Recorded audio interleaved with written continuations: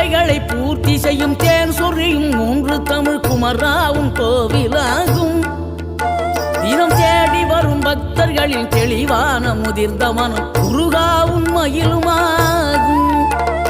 வேடனூறு கொண்டு பெருவேங்கை மரமாகி நின்ற வென்றீர் அணிந்த முருகன், நீ வாடுகின்ற உள்ளமதில் வற்றாது அருள் சேர்க்கும் வானோர்கள் போற்றும் தலைவன்.